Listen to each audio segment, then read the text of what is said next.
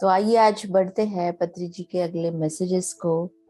कुछ मैसेज मैंने आज चुने हैं जो मेरा काफी फेवरेट टॉपिक रहा है, जो पत्री जी ने दिया है 12 अप्रैल 2016 को।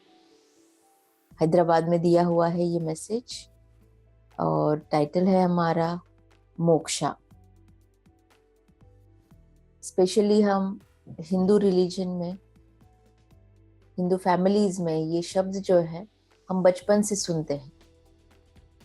मोक्ष ये हमारे लिए बहुत ही कॉमन शब्द है जिसे हम बचपन से सुनते आ रहे हैं, लेकिन हम में से कितने लोगों ने उस शब्द के लिए थोड़ी बहुत मेहनत की या जानने की कोशिश की। हो सकता है काफी लोगों ने की हो या फिर समझा भी हो, लेकिन हो सकता है कि मानसिक स्तर पर वो समझ गए हो, लेकिन आत्मिक स्तर पर समझने के लिए जब तक हम ध्यान में नहीं आते तब तक हमें ये शब्द उसकी डेप्थ नहीं दे सकता, उसकी गहराई हमें दिखा नहीं सकता। तो आइए देखते हैं क्या बोला है पत्री जी ने। मोक्षा, रिलीज। मोक्षा मतलब release, release from all types of mental and emotional suffering, release from all doubts about truth, release from complexes like inferiority complex or superiority complex, release from all fears, release from all hatred, release from doubting others' integrity, release from arrogance, release from seeing a God as apart from oneself, release from ignorance of spiritual science, release from jealousy, release from wasteful talk। तो ऐसे अलग अलग शब्दों में पत्री जी ने इस मोक्ष को डिफाइन किया है। Rather than saying that what moksha is, he's trying to say, what if you do something and it becomes a moksha? तो हमें यहाँ पे ये समझना है कि क्या हम रिलीज करते हैं और किससे रिलीज करने के बाद हम मोक्ष को प्राप्त कर सकते हैं। Moksha is equal to release from, moksha is equal to liberation from. Other words for moksha are, अभी देखते हैं कि पत्री जी ने अलग अलग शब्दों को हमें दिखाया है जो हम देखते हैं, सुनते हैं, या फिर अलग अलग फिलॉसफी से, अलग अलग रिलीजन से, अलग अलग शास्त्रों में कैसे मोक्ष शब्द को यूज किया गया है और वो शब्द कौन से है। पहला शब्द है अपवर्गा, मतलब beyond classification. Jain, I think Jain philosophy में इस शब्द को सबसे ज्यादा यूज किया गया। अपवर्ग, जिसका मतलब भी मोक्ष होता है।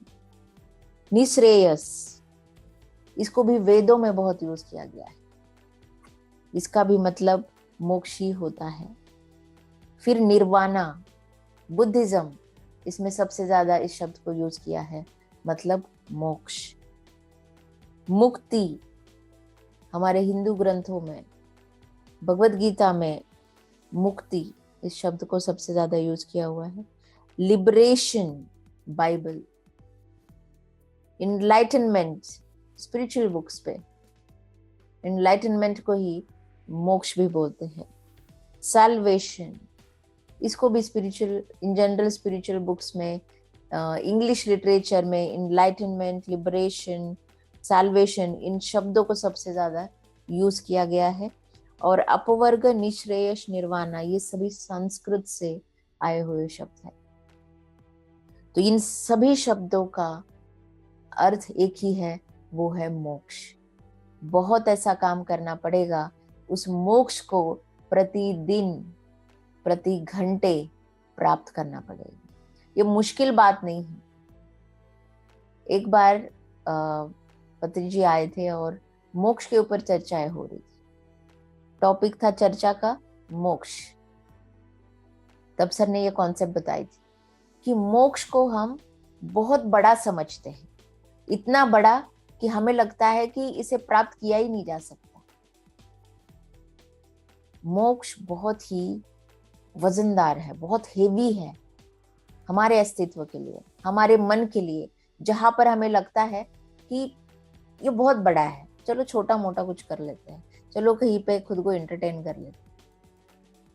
लेकिन हिम्मत चाहिए, करेज चाहिए इस शब्द को जीने के लिए। प्रतिदिन, प्रति घंटा, मैं देखो प्रति घंटे में बोल रही हूँ। तो पत्री जी ने एक एग्जाम्पल दिया कि क्या है मोक्ष। मोक्ष बिल्कुल बड़ा नहीं है, ये बहुत छोटा है, ये बहुत आसानी से जिया जा सकता है, इसे प्रतिदिन प्राप्त किया जा सकता है। कैसे?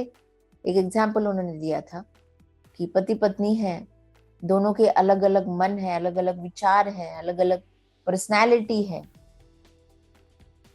दोनों के अलग अलग चॉइसेस है। पति को आलू पसंद है, बीवी को बैंगन पसंद है। ये एग्जाम्पल दिया था पत्री जी ने। तो पत्री जी कहते हैं लेकिन वाइफ जो है वो पति के लिए कॉम्प्रोमाइज करती है। वो सोचती है ठीक है आज मैं बैंगन नहीं आलू बनाऊंगी क्योंकि उनको आलू खाने का मन होता है। तो इस प्रकार से वो कॉम्प्रोमाइज करके उनको वो सब्जी जो उनको पसंद है वो बनाती है। और जब वो सब्जी जो उनको बहुत पसंद है जब वो खाते हैं और खाते समय जो उनको तृप्ति मिलती है, वो देखना, वही देखने से उस पत्नी को मोक्ष प्राप्त होता है। वो जो आनंद मिलता है, वो जो तृप्ति मिलती है किसी को देने से, उनके उस मोक्ष में जाने से, उसको उससे आनंद पाने से, तो वो देखना ही, उसका अनुभव करना ही उस पत्नी के लिए मोक्ष है। तो ऐसे हर एक घंटे में ऐसे बहुत सारे कर्म हम करते हैं जिसमें हम मोक्ष प्राप्त कर सकते हैं। प्रतिदिन जब आप सोएंगे तो खुद को पूछिए कि क्या मैंने आज मोक्ष प्राप्त किया, किस चीज में किया, किस अनुभव से किया, वो देखिए, वो सबसे ज्यादा जरूरी है। इतना प्रतिदिन में इतना कुछ सीखने का स्कोप है। हम देखिए बहुत बड़ा स्कोप है जिनका रिसर्च माइंड है, जिनका माइंडसेट है सीखने के लिए, इतना ढेर सारा काम है प्रतिदिन में। और जैसे जैसे हम देखना चालू करेंगे, अपने ही हिम्मत से उसे देखेंगे, मतलब अपनाएंगे उसको, उसके ऊपर काम करेंगे, तो आप देखेंगे आपकी स्पीड इतनी बढ़ती जाएगी।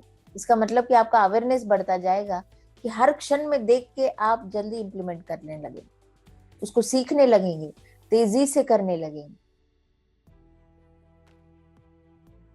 लेकिन ये देखना आना चाहिए, और देखना आना ही सबसे पहला तरीका है, सबसे पहली स्टेप है मोक्ष के लिए। भले आप कृत्य कर रहे हो लेकिन उसमें ना वो दृष्टिकोण नहीं है, उसमें वो दृष्टिकोण डालिए। दृष्टिकोण डालना मतलब क्या? उसमें अपना ज्ञान डालिए, पत्री जी का विजडम डालिए, गुरुओं का विजडम डालिए। तब आपको दिखेगा कि ये सिंपल सिंपल चीजें, जो भी कर्म आप प्रतिदिन कर रहे हैं, उससे कैसे मुक्ति पाई जाए, वो आपको खुद दिखाई देगा। तो इस प्रकार से मोक्ष को बहुत ही आसानी से पाया जा सकता है।